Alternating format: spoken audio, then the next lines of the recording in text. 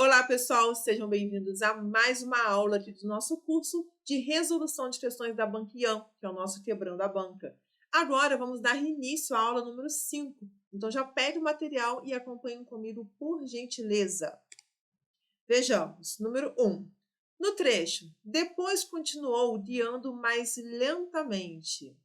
A palavra destacada indica intensidade, adversidade, modo ou condição. Notem que aqui nós temos lentamente como a maneira como algo está sendo guiado. Isso está trazendo intensidade para lentamente. Porém, o lentamente está trazendo modo, maneira como algo está sendo feito. Então, é a letra C de casa. É um advérbio de modo. Número 2. E quando saltei e paguei a corrida, ele me disse uma boa noite e um muito obrigado ao Senhor. Tão sinceros, tão veemente, como se eu lhe tivesse feito um presente de rei. Essa reação do taxista, no final, mostra que ele ficou sensibilizado com a conversa, com medo da conversa, agradecido com o pagamento da corrida ou surpreso com a conversa. E aí? Aqui demonstra que ele ficou sensibilizado com a conversa.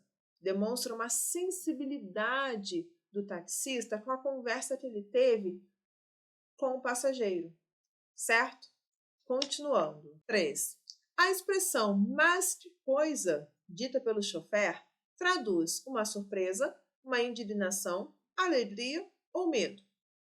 Notem o seguinte, quando nós utilizamos a expressão no dia a dia, no nosso cotidiano, é para representar o quê? Uma surpresa, do tipo, nossa, mas que coisa! Isso realmente aconteceu? Isso é uma surpresa e não uma indignação, ok? Número 4. Confirmei sim, acima da nossa noite preta, enlamaçada e torpe, havia uma outra, perfeita e linda. Destacada tem como sinônimo repugnante, escuro, agradável ou feia. Então vamos lá. Noite preta, enlamaçada e torpe. A palavra torpe tem como significado algo repugnante. Tá? Questãozinha de vocabulário para a gente treinar e ampliar o nosso repertório. Torpe tem relação com repugnante, não com escuro, até mesmo porque preto já está indicando escuro, então não havia necessidade de repetir. Agradável, não tem relação, nem mesmo feia, ok? Aqui temos um texto, inclusive esse texto está relacionado às questões que nós resolvemos até agora. E no final diz o seguinte: o fato que desencadeou a história foi a viagem a São Paulo, o mau tempo em São Paulo, o agradecimento do taxista ou a conversa ouvida pelo taxista. Então, nós precisamos descobrir qual foi o fato que motivou a história. Vejamos. No dia, fui a São Paulo e resolvi voltar à noite. Uma noite de vento sul e chuva, tanto lá como aqui. Quando vinha para casa, de táxi, encontrei um amigo e o trouxe até Copacabana. E contei a ele que lá em cima, além das nuvens, estava um luar lindo, de lua cheia, e que as nuvens feias que cobriam a cidade eram vistas de cima, enluaradas, colchões de sonho, alvas, uma paisagem irreal. Depois que o meu amigo desceu do carro, o chofer aproveitou um sinal fechado para voltar-se para mim. O senhor vai me desculpar. Eu estava aqui a ouvir sua conversa. Mas tem mesmo luar lá em cima? Confirmei. Sim. Acima da nossa noite preta, enlamaçada e torpe, havia uma outra, pura, perfeita e linda. Mas que coisa! Ele chegou a pôr a cabeça fora do carro para olhar o céu fechado de chuva. Depois continuou guiando mais lentamente. Não sei se sonhava em ser aviador ou pensava em outra coisa. Ora, sim, senhor. E quando saltei e paguei a corrida, ele me disse um boa noite e um muito obrigado ao senhor, tão sinceros, tão veemente, como se eu lhe tivesse feito um presente de rei. Observem que aqui, gente, o que desencadeou a história foi o mau tempo. Foi a partir do enredo ali, né, da conversa, da observação acerca do mau tempo e de como acima daquelas nuvens pretas estaria um céu ainda mais bonito, etc. Foi a partir disso que toda a história aconteceu e que motivou ele a passar adiante esse fato acontecido que aparentemente foi algo curioso que ele viveu. Certo? Então, letra B é o nosso gabarito. Número 6. A noite a que se refere o autor é a noite de Copacabana, que ele observou do avião acima das nuvens, em São Paulo ou após a chuva. Quando ele fala que há uma outra noite, né? Há outra noite, ou seja, a noite que está acima das nuvens, ele se refere a essa noite de Copacabana? Não. É a noite que estava em São Paulo? Não, porque tanto em São Paulo quanto em Copacabana estava chovendo, estava com o céu escuro. A noite após a chuva? Também não. Ele se refere à noite que ele viu quando estava no avião. Que o avião ele anda acima das nuvens, né? Então lá em cima ele tinha uma outra visão da noite. E quando desceu, percebeu que o céu estava muito mais escuro do que a noite que estava por cima. Número 7. Assinale a opção onde não ocorre erro de grafia. Letra A. O estádio fica a 5 minutos. A orquestra fez um grande concerto para a plateia. Não sei o porquê dessa resposta. Marcelo foi mal na prova de matemática. A banca quer onde não há erro de grafia, ou seja, onde está escrito corretamente. Letra A. O estádio fica a 5 quilômetros, não. O A com H indica o tempo passado e não uma distância próxima. Aqui seria o A normal. Orquestra fez um grande concerto. Se você é meu aluno, eu já comentei sobre o concerto com S e o concerto com C. E já dei a dica que concerto com S é concerto de sapato, porque sapato a gente conserta, a gente arruma. E o com C é de cavaquinho, porque cavaquinho tem relação com música. Então, aqui seria o concerto com C, de cavaquinho. Não sei o porquê. Opa, se você é meu aluno de português, você também já sabe. O porquê com o antes é com acento. É junto sim, porém faltou acento. Sendo assim, letra D de dado. Não há nenhum erro ali na letra D. Número 8. Assinale a opção onde a concordância não está de acordo com a norma culta. Vejamos. Criança é as minhas esperanças. Eu sei que parece estranho, mas a concordância, a gente sempre vai basear a concordância verbal com o verbo e o substantivo. Aliás, perdão, o verbo e o sujeito. Sendo assim, quem é? A criança está no singular? Está. O verbo também está no singular? Também está. Então, perfeito. Os elefantes destruíram toda a floresta. Observe que aqui a manada de elefantes. Destruíram está concordando com o termo mais próximo, tá? Então, aqui nós temos sim uma adequação. Foi um dos que fizeram no trabalho. Perfeito, ó. O foi, concorda com o Manuel. Fizeram, concorda com um dos. Maravilha, certinho. Aspiram-se a bons cargos na empresa. Aqui é aspira-se a bons cargos na empresa, porque nós não sabemos quem aspira. É alguém, então o verbo fica no singular, sujeito indeterminado, ok? Então, letra D é o nosso gabarito. Número 9. Ocorreu erro de concordância em letra A. Disse a moça, muito obrigado. Opa, já houve erro aqui. Por quê? Mulher diz obrigada. Homem diz obrigado. Concordância nominal. Há erro logo de cara. Letra A é o nosso gabarito. 10.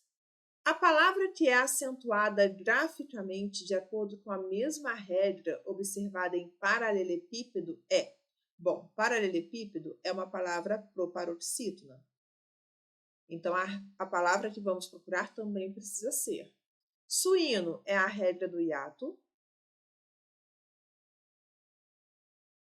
Isse também é a regra do hiato.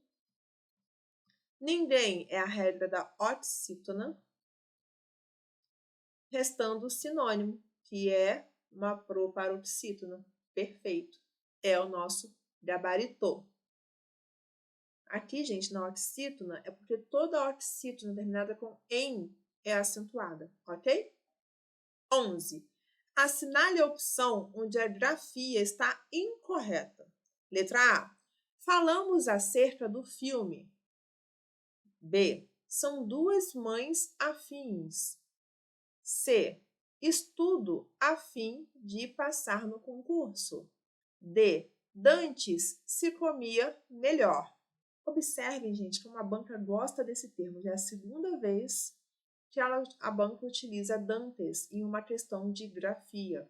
E já vimos que sim, está correto, ok? Por isso que é importante, como eu já falei para vocês antes, fazer questões observando a banca. Não é só conferir quantas acertou e quantas errou.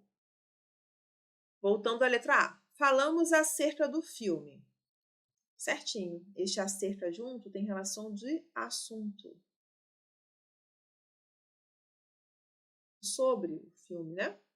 São duas mães afins. Este afim tem relação com afinidade, semelhança. Correto? Estudo afim, errado. Aqui deveria ser separado, porque é afim de finalidade, certo? Então, a letra C é o nosso gabarito da número 11. Número 12. Assinale a opção onde a concordância está incorreta. Letra A. Ele e tu fostes ao cinema. B. Um e outro aluno fez o trabalho. C. A criança é as minhas esperanças. D. A moça está meia triste. Vejamos. Para começar. E fostes. Perfeito. Fostes, concordando com tu, o elemento mais próximo. Maravilha. Um e o outro aluno fez. Perfeito. Também está correto. A criança é. É estranho? É estranho. Inclusive, é a segunda vez já que aparece uma construção desse tipo. Mas está correto, porque quem é? Quem é? O sujeito no singular, sem mistério. Agora, meia triste, erro de concordância nominal. É meio triste, ok? Então, letra D. Meia, gente. Meia a gente põe no pé, tá? Ou quando a gente quer dizer metade de alguma coisa. Por exemplo, meia laranja. Aí tudo bem, é a metade. Mas meio, não. Houve erro no emprego ou não do acento indicativo de crase em. Fui a Copacabana, voltei de Copacabana. Observem que aqui, Copacabana é um topônimo e não está especificado. Se não está especificado, a gente segue a regrinha do vou a, volto da, craseia-se o a, vou a, volto de, crase para quê? Então, aqui não há erro. Não há erro na letra A. B. Depois de vários meses no mar, Paulo voltou à terra. A mesma coisa. Nós não especificamos o termo terra. Então, não tem problema. 2h30. Perfeito. Chegou a antes de hora. Maravilha. Uso correto. Márcia foi a Petrópolis de seus avós. Gente, isso daqui já caiu antes. Prestem atenção nessa frase. Aqui há erro. Por quê? Este a está antes de um topônimo e este topônimo está especificado. Sendo assim, gabarito letra D. Deveria haver uma crase aqui. 14. A palavra destacada em engasgado confessou-lhe que em parte nenhuma, e aí continua a frase, exerce a função sintática de. Vamos ver. O destacado é o pronome lhe, pronome oblíquo lhe. E, gente, a função sintática do pronome oblíquo lhe será sempre duas. Ou objeto indireto ou complemento nominal. Só vamos ter essas duas opções de função sintática para o lhe. E como diferenciar essas duas? Super tranquilo. Por quê? O objeto indireto, o lhe, estará relacionado a um verbo. E para ser complemento nominal, ele estará relacionado a um nome. Confessar é o quê? Confessar é verbo. Sendo assim, confessou-lhe, confessou a ele. Quem confessa, confessa a alguém. Confessei a ele. Então, aqui, objeto indireto do verbo confessar. Letra B de bola. 15. A palavra sublinhada em passada a surpresa sentiu-se ainda mais borocochô. O carinho da secretária não curava, abria mais a ferida, pois então uma estranha se lembrava dele com tais requintes. Aqui, gente, a palavra destacada é a palavra tais. Tais requintes. E esta palavra está com valor de estes, esses, aqueles requintes. Ok? Sendo assim, como está com este valor, ela está empregada com valor de pronome demonstrativo. Ok? Vejamos então a 16. Se o senhor quisesse, poderíamos jantar juntos. A palavra destacada indica causa, consequência, explicação ou condição. Notem que há uma ação, poderíamos jantar juntos. Mas essa ação está condicionada. Condicionada ao quê? A pessoa querer. Então, este ser está indicando uma condição, a condição para o jantar acontecer. Ok? Letra D, sem muito mistério. 17. As frases era dia de seu aniversário e a esposa nem sequer o abraçara.